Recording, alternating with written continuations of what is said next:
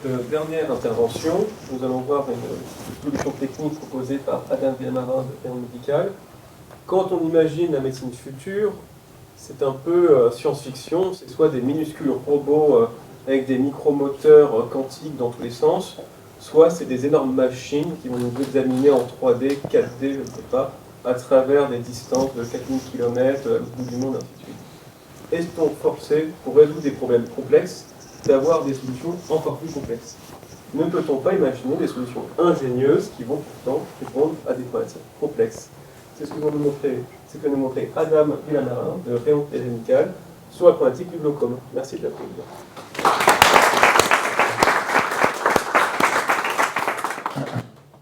Bonsoir à tous. Avant de commencer, je voulais remercier Biopôle et Aptitude pour l'invitation. C'est vraiment un plaisir pour moi d'être ici aujourd'hui. Donc, je suis Adam Villamarin, pas Adam, Villamarin. J'ai presque 20 ans d'expérience dans la technologie médicale. Et puis, j'ai la chance d'avoir co-développé la technologie que je vais vous présenter aujourd'hui. Donc, le défi aujourd'hui, c'est est-ce qu'on peut innover pour les patients tout en réduisant les coûts? Et c'est ce qu'on va essayer de voir à travers la présentation d'aujourd'hui. Mais avant de parler de l'exemple, j'aimerais un petit peu situer le contexte dans lequel on évolue. Comme on l'a présenté au tout début, le système de santé est sous pression. Il y a beaucoup de challenges chaque année qui s'ajoutent. Il y a des opportunités, mais il y a aussi des coûts supplémentaires. D'un point de vue d'un fabricant d'implants médicaux, on pourrait prendre le vieillissement de la population comme une opportunité, mais c'est aussi des challenges. Il faut aussi penser au fait que la population vieillit, donc il y a peut-être des techniques, des choses sur lesquelles il faut faire plus attention. Les maladies chroniques sont en hausse également. De nouveau, une opportunité, mais en même temps, il faut faire attention, faire évoluer la technologie dans le temps à travers la maladie. Les budgets sont sous pression, que ce soit pour les hôpitaux, les assurances et tous les acteurs du monde de la santé. On demande toujours plus de preuves cliniques. Donc, en tant que fabricant d'implants médicaux, c'est bien sûr des coûts toujours supplémentaires et des paramètres à prendre en compte. Et puis finalement, ce n'est pas une liste exhaustive, mais je finis par le durcissement des normes. À chaque fois, c'est de plus en plus difficile de développer. Il y a plus de normes. Alors, ne mal interprétez pas mes mots. Je trouve très bien qu'il y ait tout ça. C'est très important. Mais ça rend le développement plus coûteux, plus long. Et donc, c'est dans ce paradoxe-là qu'on nous demande d'apporter plus pour les patients, mieux pour les patients, mais sans faire exploser les coûts. C'est un challenge que j'ai décidé de prendre quand même et de vous présenter ce soir. Et pour le présenter, je vais parler d'une maladie concrète qui est le glaucome. Peut-être vous connaissez, vous avez déjà entendu parler. Le glaucome, c'est une maladie qui affecte l'œil, la vision. On l'appelle aussi le voleur silencieux de la vision. Pourquoi silencieux? Parce que les personnes qui en souffrent n'ont aucun symptôme, n'ont aucune douleur, ils ne se rendent même pas compte qu'ils sont en train de perdre la vision. Et puis, pour bien situer le contexte, je crois que c'est ce bouton-là, il faut regarder dans l'œil. En fait, on a un liquide qui s'appelle l'humeur aqueuse, qui est produit ici à ce niveau-là, qui est le corps ciliaire. Et le corps ciliaire donc, produit cette humeur aqueuse à un taux constant, et puis cette humeur aqueuse va nourrir toutes les cellules intérieures, puis va ressortir à travers des canaux collecteurs qui se retrouvent là. Cette balance entre production et sortie va permettre de garder une pression normale dans l'œil, qui est idéalement 12 mm de mercure, mais on accepte entre 6 et 16 mm de mercure. Et puis, ce qui va se passer dans un œil malade, c'est que cette humeur aqueuse ne va plus pouvoir sortir efficacement de l'œil, donc va commencer à s'accumuler. La pression va augmenter. En augmentant la pression, on va venir comprimer les vaisseaux sanguins qui se retrouvent à l'arrière de l'œil, dans le nerf optique. Et donc, les cellules vont mourir petit à petit. Et la conséquence, c'est la suivante, c'est que la personne va perdre progressivement sa vue. Tout d'abord périphérique, jusqu'à, s'il n'y a pas de traitement, si on n'agit pas dessus, jusqu'à qu'elle devienne aveugle. Donc, c'est quand même la deuxième cause de cécité dans le monde. Et on dit qu'il y a 2 à 5% de la population qui en souffre actuellement. Donc, voilà le contexte, la maladie. Bien sûr, il y a des traitements qui existent. Les traitements ont toujours le même but, c'est de faire baisser la pression. Ce n'est pas des traitements qui vont vous faire retrouver la vue. ça va simplement faire stopper la progression de la maladie. Dans les cas de glaucome précoce, on va favoriser les médicaments, les collyres, qui vont permettre de faire baisser la pression. Il y a des traitements laser, des micro-drains qu'on va insérer dans l'œil.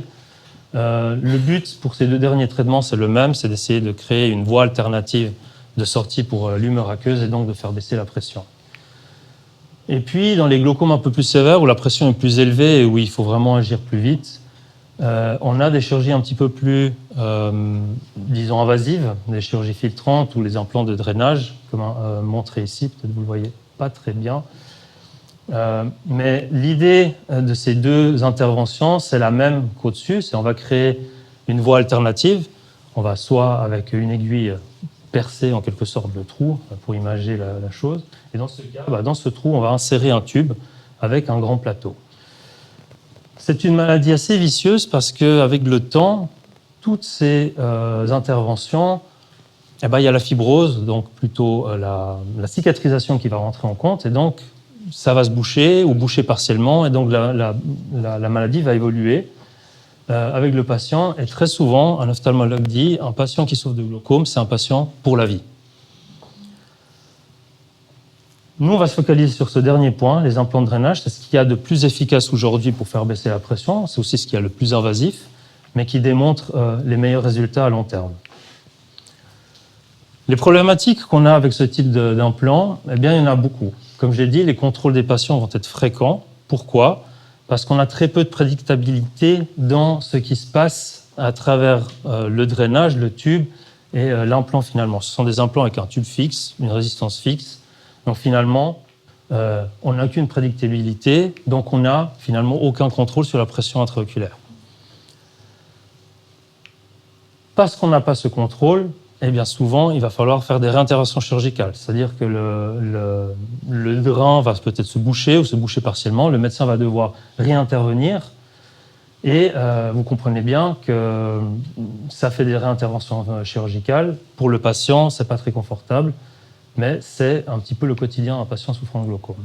On a des forts taux de complications parce que pas de contrôle, ça veut dire qu'on peut aussi avoir une pression trop basse.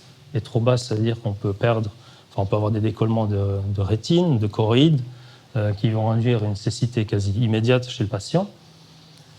Et puis, finalement, la combinaison de tout ça fait qu'on a un fort taux d'échec. Alors, je n'ai pas envie de vous faire peur avec tout ça. On arrive quand même à traiter les gens qui souffrent de glaucome, mais tout cela fait que c'est vraiment un contrôle très fin qu'il faut avoir du patient, le suivre très souvent, et bien sûr, ça a un coût pour la santé. Donc on s'est un petit peu creusé la tête et on s'est demandé mais qu'est-ce qu'on pourrait proposer pour en tout cas éviter les problèmes qu'on a de contrôle de pression, prédictabilité, et puis finalement réduire les complications, les réinterventions et augmenter, faire baisser les échecs. Eh bien, on a pensé à mettre une sorte de robinet dans l'œil, un robinet qui va nous permettre de régler finement la pression et donc d'avoir toujours, d'être sûr de la pression qu'il y aura dans l'œil pour le patient. Et c'est comme ça qu'on a développé la technologie iWatch. Donc iWatch, il y a le mot watch à l'intérieur. Pourquoi ? Parce que ça a été inspiré de l'horlogerie. Beaucoup des composants que vous retrouvez ici viennent directement de l'horlogerie, comme les billes en rubis et les deux bagues en inox. Et puis à l'intérieur, on a un petit aimant, et je vais vous montrer dans la slide suivante comment ça fonctionne. L'implant fait 5 mm et demi de diamètre, et puis il fait un demi-millimètre d'épaisseur. Donc on a vraiment réduit au maximum la technologie pour qu'on puisse l'insérer dans l'œil. Donc là, vous allez voir comment ça fonctionne concrètement donc dans la petite vidéo qui est ici. Voilà. Donc on voit que l'aimant qu'on a au centre est excentrique, donc quand on va le faire pivoter, on va venir écraser le petit tube qui se trouve en périphérie. Et à la manière d'un micro-robinet, on va venir ouvrir ou fermer le robinet pour le patient. Ainsi, on va définir combien d'humeur aqueuse on veut qu'il passe à l'intérieur. Et puis, je vous ai épargné les vidéos, les vraies vidéos de chirurgie, je vais vous montrer quelque chose de synthétique. Donc l'idée, c'est de venir placer un grand plateau à l'arrière. Pourquoi le grand plateau ? Parce que plus on draine à l'arrière de l'œil, mieux c'est pour la cicatrisation. Et puis devant, on va venir faire un trou. où on va insérer le petit bec de l'implant, on va fixer l'implant sur le blanc de l'œil, on va ensuite connecter les deux implants ensemble, et puis après on va couvrir le tout pour éviter l'érosion dans le temps, et on va refermer la peau, la conjonctive qui se retrouve juste par-dessus. Et voilà, schématiquement, comment est-ce qu'on met? Vous voyez qu'il y a deux implants à mettre, et il faut le retenir pour plus tard, un petit peu plus compliqué que ce qu'on fait habituellement.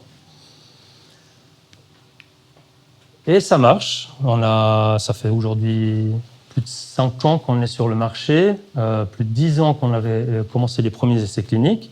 Et là, vous allez voir concrètement comment est-ce qu'on règle l'implant dans l'œil du patient. Donc pour ce faire, on va utiliser ce qu'on appelle l'iWatch Pen, c'est cet outil bleu que vous voyez ici. D'un côté, on a une boussole qui va nous indiquer la position de l'aimant dans l'implant, avec une graduation de 0 ouvert et 6 c'est fermé. Et puis, de l'autre côté, vous le verrez dans la vidéo, il y a un petit aimant qui va permettre de le coupler à celui de l'implant et donc de le bouger à la position désirée. Donc là, on va voir un patient chez qui, le jour suivant de l'opération, on voit que l'implant est en position 6. Et puis, on va venir mesurer la pression chez le patient. Donc, on se retrouve au-dessus des 16 mm de mercure, comme je le disais avant, qui étaient tolérés. On est à 21. Et puis, on va voir le médecin maintenant qui va venir, avec le petit aimant ici, le coupler à celui qui est dans l'implant et le mettre dans la bonne position. Vous voyez que le patient ne ressent rien du tout, c'est complètement indolore. Et vous voyez que maintenant l'aiguille va indiquer 2, peut-être vous ne le voyez pas derrière, mais ça indique 2, c'est-à-dire qu'on l'a ouvert à moitié. Et puis après quelques minutes, on voit qu'effectivement on a réussi à faire baisser la pression dans l'œil du patient. Donc c'est très simple pour le médecin d'utiliser la technologie. Pour le patient, il n'y a aucune douleur, il ne ressent vraiment rien du tout. Et en quelques minutes, même quelques secondes, on peut faire toute la procédure. Très rapide. Donc, comme je disais, ça fait 10 ans qu'on fait des essais cliniques. Et notre but, comme je l'ai montré précédemment, c'est de réduire les complications, d'augmenter les succès, les taux de succès, et surtout d'avoir un contrôle de la pression. Et un des essais cliniques qu'on a menés, où on a comparé notre technologie à ce qui se vendait le plus sur le marché, la valve d'Ahmed, eh bien, on peut voir que les points noirs de la valve d'Ahmed sont vraiment très dispersés à travers le temps. Donc là, on a les visites à travers le temps. Ça, c'est avant l'opération. Et la zone grise, c'est la zone idéale où on devrait se situer. Eh bien, vous voyez que les points noirs sont très dispersés à travers le temps. Aucun contrôle, aucune prédictabilité dans ce qui va se passer auprès du patient. Quand on voit les points blancs, au contraire, on se retrouve avec des points plutôt bien groupés parce qu'on peut à tout moment ajuster la valve. Donc vraiment, on a des résultats top au niveau du contrôle de la pression.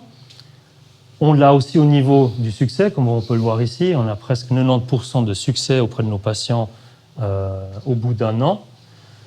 Et puis, au niveau des complications, on a 0 complication avec notre implant parce qu'en tout temps, on peut régler la valve et donc éviter toutes ces complications qui sont liées à des pressions trop hautes, trop basses. Donc finalement, si on fait un petit peu le bilan de tout ça, eh bien, on arrive à faire baisser les coûts de la prise en charge d'un patient souffrant de glaucome. On a réduit les complications, c'est quand même très important au niveau du suivi du patient.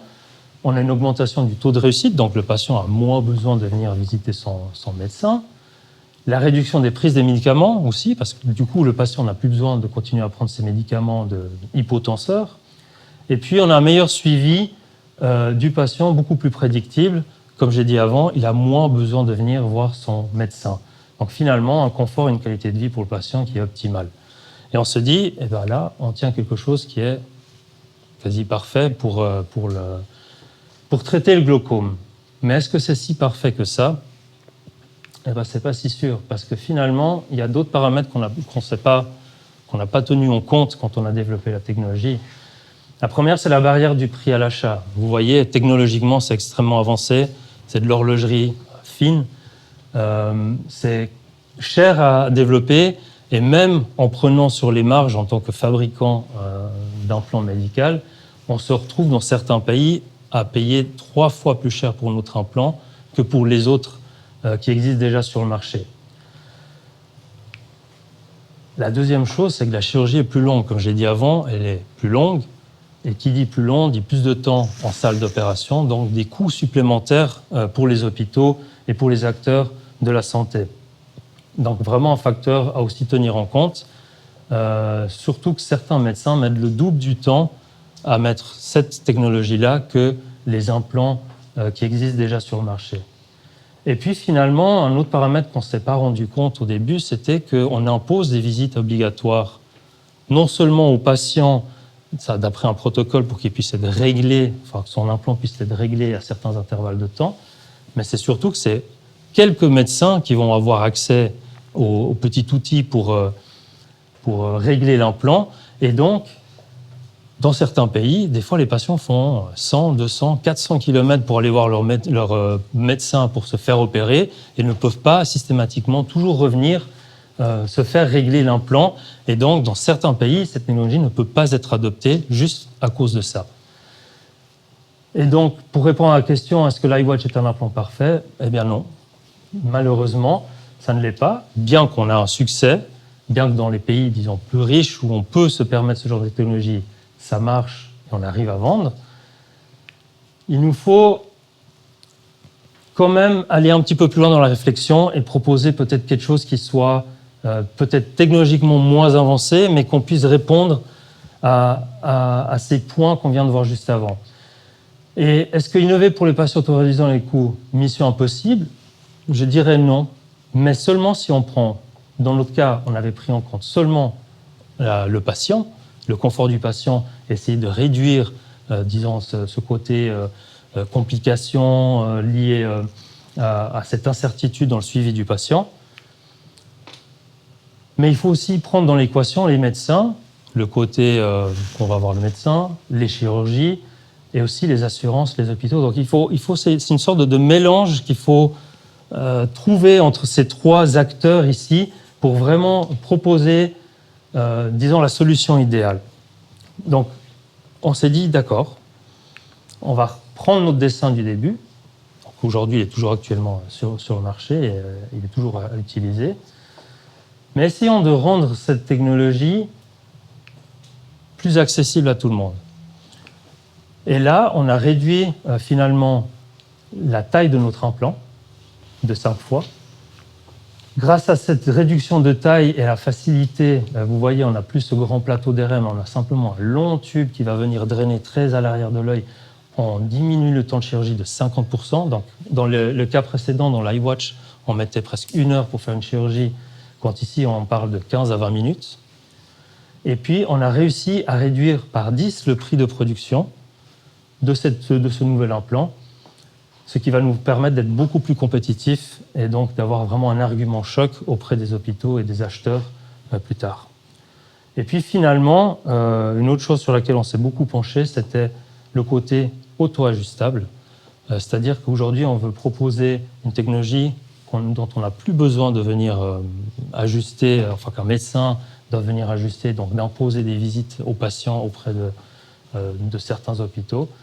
Mais on veut quelque chose qui soit complètement auto-ajustable. Donc, il y a l'opération, il y a sans doute quelques visites post-opératoires. Et ensuite, l'implant va gérer tout seul la pression à travers le temps. Et je crois qu'avec cette technologie, on tient un réel game changer. Et pour revenir à la question du début, je pense que oui, on peut faire diminuer les coûts tout en innovant. Mais pour ce faire, il ne faut pas seulement se focaliser sur la technologie, mais il faut surtout la penser d'une façon autrement et la penser de façon à ce qu'elle réponde à tous les acteurs du domaine de la santé.